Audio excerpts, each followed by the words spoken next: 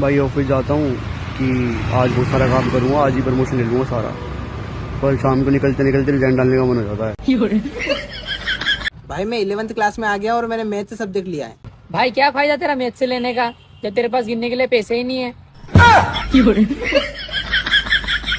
Exam के लिए पढ़ा नहीं जा रहा है, पढ़ लूं तो सुबह तक सब भूल जाता है, याद आ भी जाए तो पेपर में लिखा नहीं जाता है, लिख दूं तो हैंडराइटिंग समझ नहीं आती है, हैंडराइटिंग समझ आ जाए तो एग्जामिनर मार्क्स काट लेता है, गलती से मार्क्स आ भी जाएं तो चाची मौसी के बच्चे ज्यादा नंबर ले आते हैं। ऐसी सिचुएशंस में मैं ऑटोमेटिकली आगे कैसे आ जाता हूँ।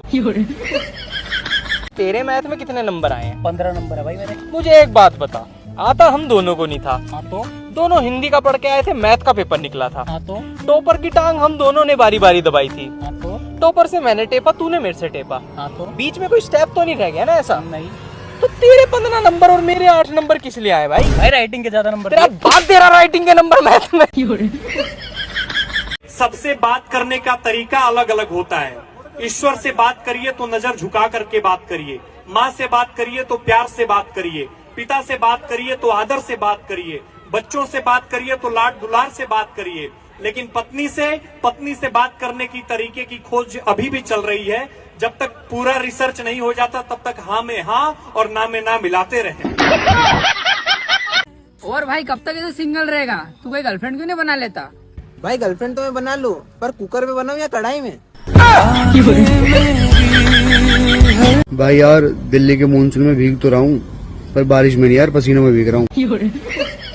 भाई साहब पता नहीं भैया वो कौन से लोग होते हैं जो अपना आपको सुबह उठते ही भैया एलोवेरा जैसी फ्रेश हवा में अपना आपको हेल्दी समझते हैं भैया। मेरा तो भैया कभी हाथ दुख रहा है, कभी पाँव दुख रही है, कभी जांघें दुख रही है भैया, सिस्टम ही समझ में ना आ रहा भैया। तुम जाना कौन सी चक्की का आटा खा रहे हो और हमारा जाना कौन सी भक्ति भोग से आ रहा।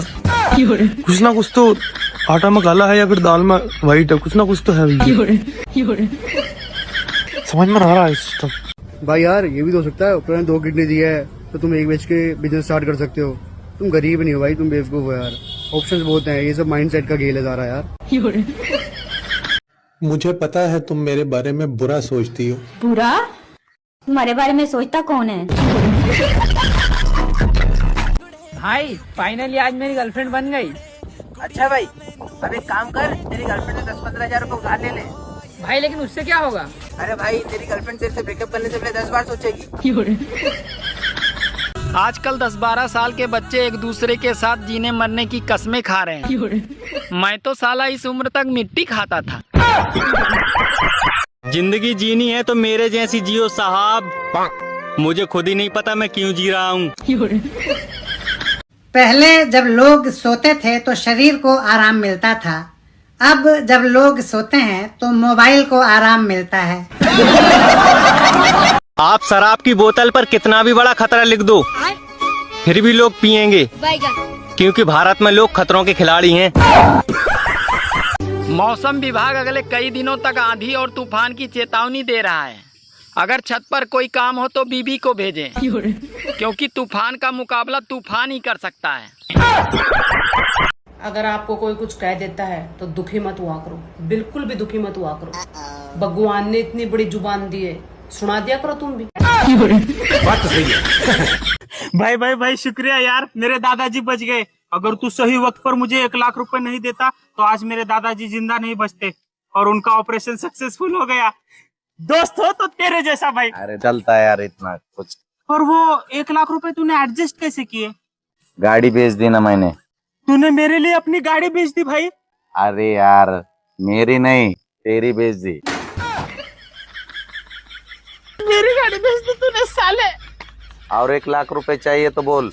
अब क्या किडनी बेचेगा मेरी? साले हरामखोर, तेरे जैसा दोस्त दुश्मन अच्छे। हमारी इंडिया वन एंड ओनली ऐसी कंट्री है जहाँ पे तुम्हें 80% बंदों के 2 नाम देखने को मिलेंगे। फॉरेन कंट्रीज में देखना एक बंदा, एक आइडेंटिटी, एक नाम। लेकिन हमारे यहाँ का कॉन्सेप्ट अलग है। यहाँ पे जो बंदा कॉलोनी में रजत नाम से जाना जाता है ना, वही सेम बंदा अपने ऑफिस में, कॉलेज में और स्कूल में अनुराग नाम से जाना जाता है। फॉरेन कंट्रीज में तुम किसी भी बच्चे से पूछ लो, baby what's your name, simple सा आंसर आएगा, my name is Henry. India में तुम किसी बच्चे से पूछो, बेटा तुम्हारा नाम क्या है, भैया घर वाला बताऊं या स्कूल वाला। और तो और कुछ महापुरुष तो ऐसे भी हैं उनके 3-3 नाम है। इंस्टाग्राम पे किसी और नाम से आईडी है, घर वाले किसी और नाम से जानते हैं और दोस्त किसी और नाम से बुलाते हैं।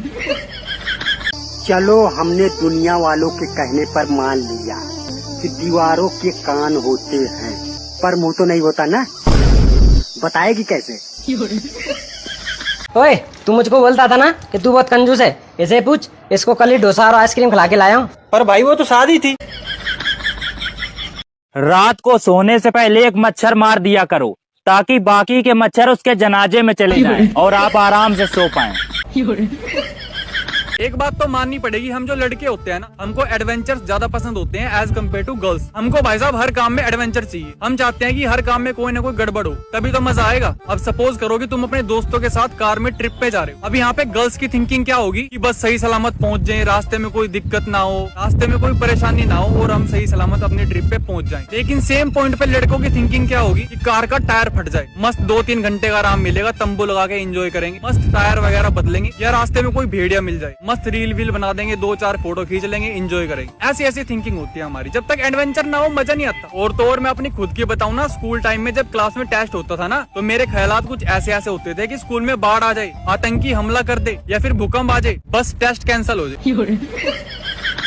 यार ये बता, दुनिया में सबसे बड़ा जादू कहाँ होता है? दुनिया में सबसे बड़ा जादू कहाँ होता है? अरे ब्यूटी पार्लर में होता है। वो कैसे? अरे यार वहाँ जाता कोई और है और आता कोई और है।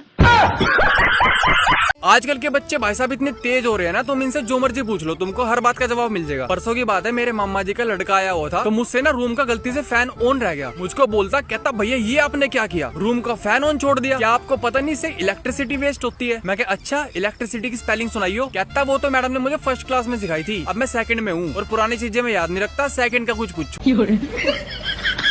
भगवान का दिया हुआ सब कुछ है, बस किधर है पता नहीं। भाई यार एक बात बताओ। हाँ भाई पूछ। ऐसी कौन सी 4 चीज है जो इंसान को बर्बाद कर देती है? गुस्सा, पैसा, प्यार और नशा। पर तेरे पास तो इनमें से कुछ है ही ना। हाँ तो फिर भी बर्बाद है। देख अब दोस्त, मैं थक चुका हूँ तेरी सेटिंग करवाते करवाते। अब तेरा शकल ही खराब है तो मैं क्या करूँ? अरे खत्म भाई, एक सवाल पूछूं? हाँ पूछो। शादी के बाद पत्नी को धर्म पत्नी बोलते हैं, तो साले को क्या बोलेंगे? धर्मशाला। आप पूरे दिन क्या करते हो? मैं सोऊं। बस बेटा। सोते तो हो, वैसे काम क्या करते हो? काम ही है मेरा सोने का। तो आप पूरे दिन सोते सोते थकते नहीं हो?